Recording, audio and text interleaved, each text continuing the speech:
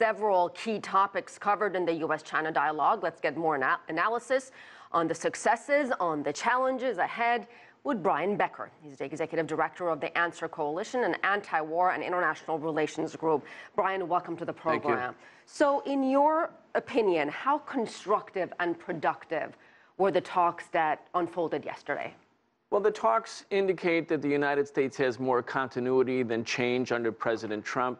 In other words, trying to maintain a normal relations with the People's Republic of China. That's all to the good, especially given the unpredictable, highly unpredictable and bumpy start because of Donald Trump's early pronouncements before he became president and afterwards.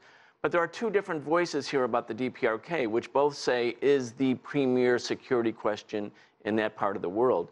What the U.S. government is saying, China must exert greater and greater pressure on the DPRK. President Trump's tweet was ominous sounding. China tried but failed, meaning suggesting that the U.S. might take military action. The Chinese, for their part, are saying, look, there's only one way to resolve this problem, through negotiations, go back to the negotiating table, either through the six-way talks or perhaps bilateral discussions between the U.S. and the DPRK. The DPRK actually just wants a peace treaty. Let's put up the tweet that Trump put out earlier this week. He said, while I greatly appreciate the efforts of President Xi and China to help with North Korea, it has not worked out. At least I know China tried. I have no idea what that even means. You think that's a bizarre tweet? Well, I mean, one of many, as you and I were discussing, but what is this, some sort of passive aggressive message to China? You have not done enough.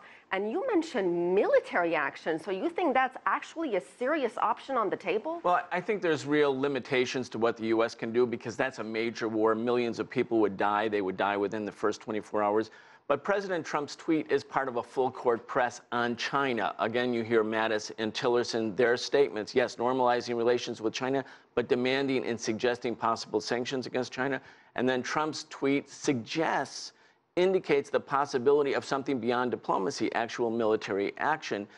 You know, President Obama pursued a policy called strategic patience, which meant no engagement. It seems like Donald Trump has strategic impatience, or maybe there's nothing strategic about it, very impatient. There is a way to solve the Korea crisis.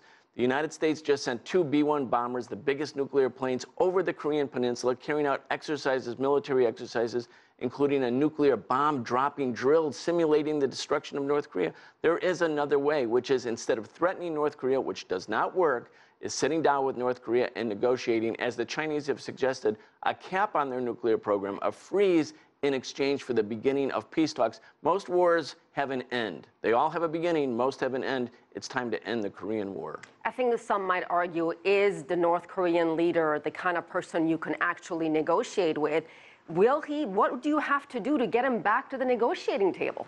It's very clear what needs to happen. And the North Korean ambassador to India just made a public pronouncement. He said, we are prepared to freeze our nuclear weapons tests and missile tests in exchange for the suspension or moratorium on U.S.-South Korean war exercises that simulate the destruction of North Korea. Now, the U.S. says no, but the Chinese are saying, yes, that's the dual track. That's the way to go. Brian, you know, many have described the U.S.-China relations as the most important bilateral relation of this century. How important that these two countries manage their differences and make progress on important issues like South China Sea, like cybersecurity, like DPRK? I think it's critically important. I think, unfortunately, the United States, since President Obama announced the Asia pivot, has suggested that the U.S. policy towards that part of the region, towards the Pacific region, and towards China is really a military policy first.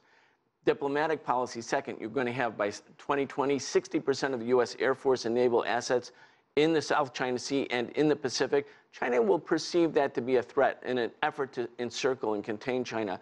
Yes, this relationship is the key relationship in the world. The United States needs to be more prudent. The Chinese have been prudent. The way, of course, is negotiations. We'll have to leave it there. Brian Becker, thank you so much, sir.